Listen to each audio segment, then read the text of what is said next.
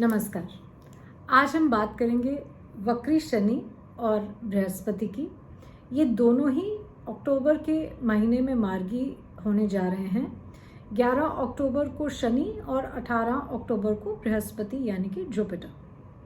दोनों मकर राशि में कैप्रिकॉर्न जो कि पृथ्वी तत्व की राशि है इसमें मार्गी होंगे। शनि और बृहस्पति की ये युति दूसरी बार हो रही है एक ही साल में। ये नवंबर 2020 में भी शुरू हुई थी जब बृहस्पति धनु से बाहर निकलकर मकर में आए और शनि के साथ कंजंक्ट हुए और युति बनाई। अब ये युति फिर से बन गई थी। 15 सितंबर से 20 नवंबर तक ये युति बनी हुई है और इसी युति के दौरान दोनों बड़े ग्रह मार्गी हो रहे हैं। जब भी दो बड़े ग्रह पृथ्वी तत्व की राशि में वक्री या मार्गी होते हैं तो उस तत्व में इम्बैलेंस आता है। तो ये एक भूमिकंप का संकेत भी है। मकर राशि भारत की हॉरोस्कोप में नवम भाव में आती है। वृषभ लग्न की भारत की कुंडली है। यहाँ से हम साउथ और वेस्ट की डायरेक्शन देखते हैं, मगर भारत में कोई बहुत बड़ा भूमिकंप नहीं दिखता। भूमिकंप दिखता है, ट्रेमर्स दिखते हैं, पर कोई बहुत बड़ा भूमिकंप नहीं दिख रहा। बृहस्पति और शनि का मार्गी होना सिर्फ भारत के लिए तो नहीं है, ये तो एक एस्ट्रोनॉमिकल फिनोमेना है जो वर्ल्ड ओवर है। तो ये विश्व में भूमिकंप का संकेत तो जरूर दिखा रहा है। ये मार्गी होना दो बड़े ग्रहों का मकर राशि में। अलग अलग देश की अलग कुंडली और उसके हिसाब से डायरेक्शन, एक अलग हॉरोस्कोप की अलग डायरेक्शंस देखी जाएंगी अलग अलग कंट्रीज के लिए। मिसाल के तौर पर यूएस की अगर हम कुंडली देखते हैं तो सिंह लग्न की, लियो लग्न की कुंडली में मकर छठे भाव में आता है। बृहस्पति यहाँ 8th लॉर्ड अष्टमेश भी है और छठे भाव में षष्टेश यानी कि 6th लॉर्ड शनि के साथ युति बनाए बैठे हैं। जैसे ही ये दोनों ग्रह मार्गी होंगे यूएस के लिए भी प्रॉब्लम्स बढ़ती हैं और यहाँ से हम यूएस की कुंडली से हम नॉर्थ वेस्ट को देखते हैं।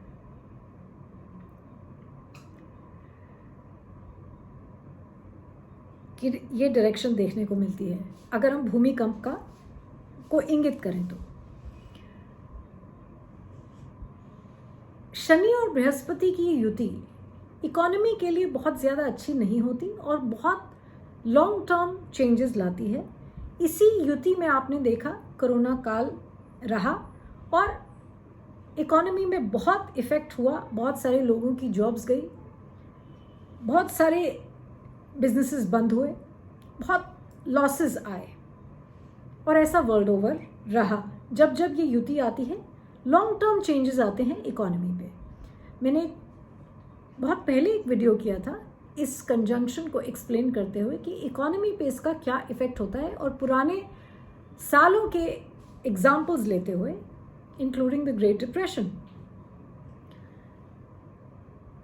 आने वाला समय भारत के लिए ठीक रहेगा इन द सेंस ट्रेडिंग और मैन्युफैक्चरिंग में जो चाइना की पोजीशन थी या जो मकाम चाइना ने हासिल किया था वो धीरे धीरे भारत हासिल करेगा। ये डेकेड चाइना के लिए खराब है। चाइना धीरे धीरे नीचे की तरफ आएगा मैन्युफैक्चरिंग प्रोडक्शन में और भारत राइज करेगा। चाइना का हॉरोस्कोप मैंने पहले भी डिस्कस किया है और आगे भी हम चाइना और पाकिस्तान दोनों का हॉरोस्कोप एक अलग अलग वीडियो में, दो अलग वीडियोस में डिस्कस करेंगे। मगर ये जान लीजिए कि फॉरेन इन्वेस्टमेंट्स इंडिया में बढ़ेंगी और ये जो डेकेड है, ये जो आने वाला डेकेड है, इसमें स्लोली एंड स्टेडीली भारत एक स्ट्रॉन्ग इकोनॉमी बनेगा स्लोली एंड स्टेडीली। भारत की कुंडली में जो विंशोत्तरी दशा, अब हम शॉर्ट टर्म पे बात करते हैं, इस समय की बात करते हैं। भारत की कुंडली में जो विंशोत्तरी दशा चल रही है वो है चंद्रमा में बुध, और जो जैमिनी चर दशा चल रही है जो चलेगी मिड अक्टूबर से वो है कुंभ में वृषभ। वृषभ यानी कि टॉरस। टॉरस क्यों हमारे लिए इंपॉर्टेंट है? टॉरस में जन्मकालीन यानी कि नेटल राहु पॉजिटिव है, और गोचर में यानी कि ट्रांसिट में राहु वृषभ पर ही है। तो ये जो प्रॉमिस है राहु इन टॉरस, ये पूरी तरीके से एक्टिवेट हो जाएगा जैसे ही कुंभ में वृषभ की अंतर्दशा चलेगी, जैमिनी चर दशा में। ये चर दशा मिड अक्टूबर 2021 से मई 2022 तक चलती है। इसमें बहुत से चेंजेस आने वाले हैं और इसमें बहुत सी परेशानियां भी दिखती हैं, ये आप जान लीजिए।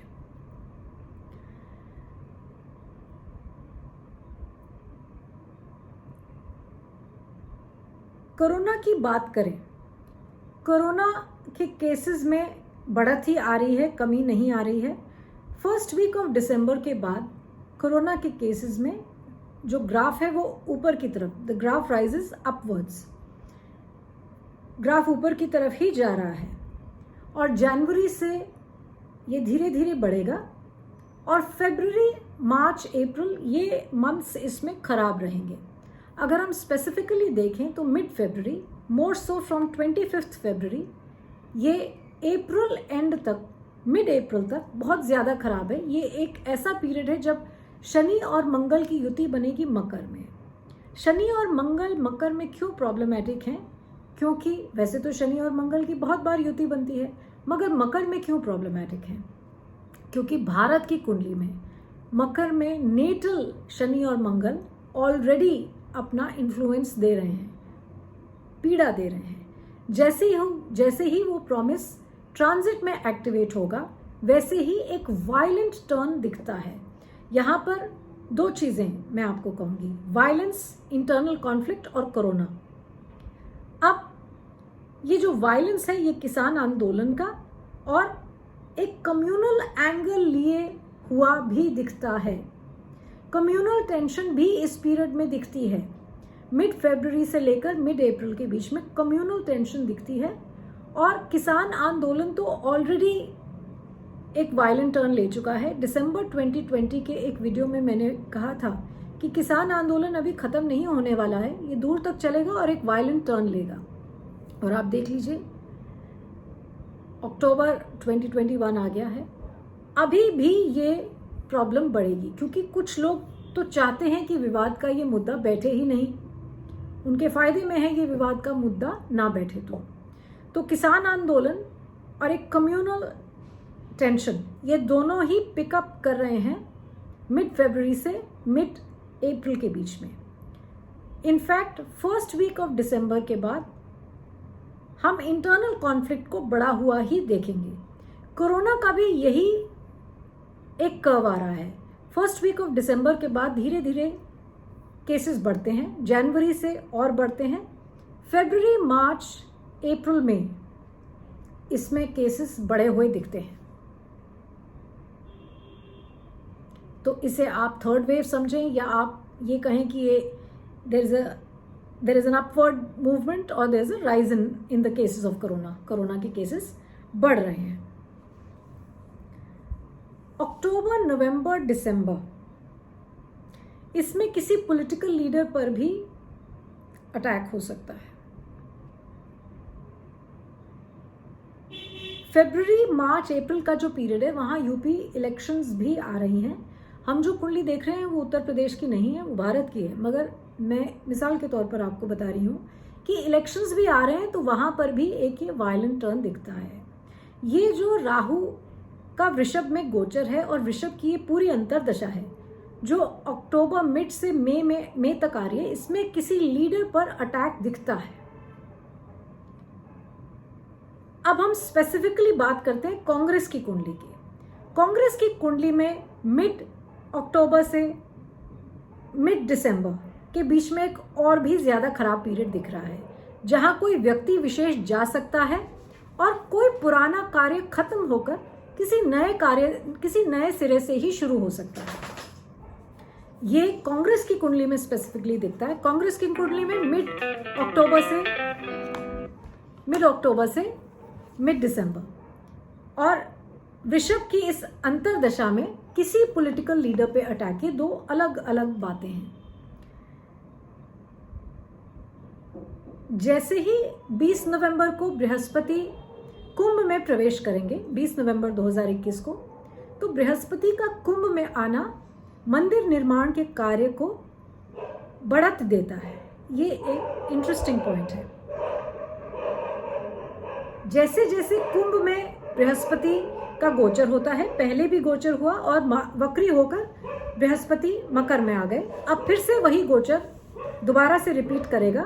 मंदिर निर्माण में बढ़त होगी जैसे ही बृहस्पति कुंभ में प्रवेश करेंगे।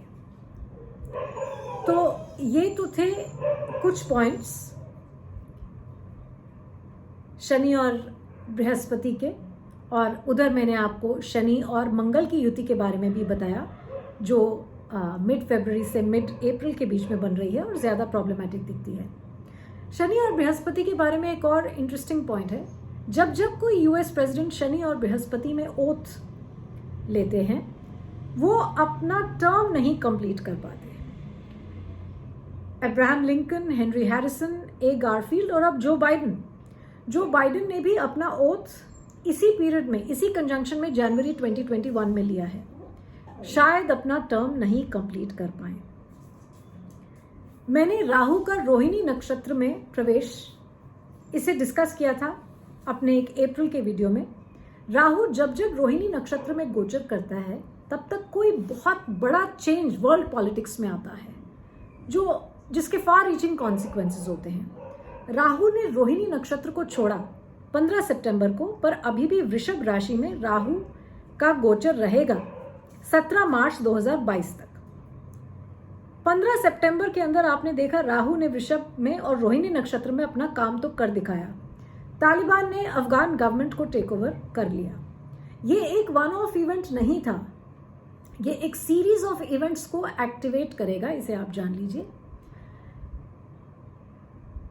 और आने वाले समय में क्रिश्चियन कंट्रीज और मुस्लिम कंट्रीज ये दोनों पोलराइज हो जाएंगी, दो गुट बन जाएंगे, दो, और आपस में ये दोनों लड़ेंगे, जिसमें क्रिश्चियन कंट्रीज इस्लामिक कंट्रीज पर हावी होंगी। ये एक वो बीज बो दिया गया है राहु के रोहिणी नक्षत्र में होने से, गोचर में, और ये आने वाले समय में कुछ सालों में आपके सामने ये सत्य आएगा, ये अपने आप को मैनिफेस्ट करेगा that Christian and Muslim countries will fight, जिसमें क्रिश्चियन कंट्रीज हावी रहेंगी, थोड़ी ज्यादा पावरफुल रहेंगी। तो ये राहु का रोहिणी नक्षत्र में जो था एक गोचर, उसका एक प्रभाव ये है। रोहिणी नक्षत्र वृषभ राशि में ही है, और मैंने आपको बताया राहु रोहिणी नक्षत्र में 17 मार्च 2022 तक है, और इसी के बीच भारत को भी वृषभ राशि की अंतर्दशा आ रही है कुंभ में। तो ये एक पूरा प्रॉमिस एक एक्टिवेट होगा यहां पर।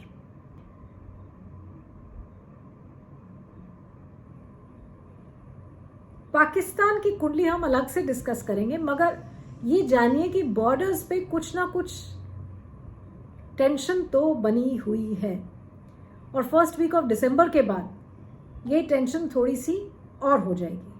ये वॉर नहीं, मगर टेंशन का एक जोर तो बना हुआ है, बॉर्डर टेंशन का, जो फर्स्ट वीक ऑफ दिसंबर के बाद पिक होता है। तो हमने आज डिस्कस किया बृहस्पति शनि की युति, शनि और मंगल की युति, राहु का वृषभ राशि में होना, रोहिणी नक्षत्र से बाहर निकलने पर वृषभ राशि में होना। आज के लिए इतना ही। धन्यवाद, नमस्कार।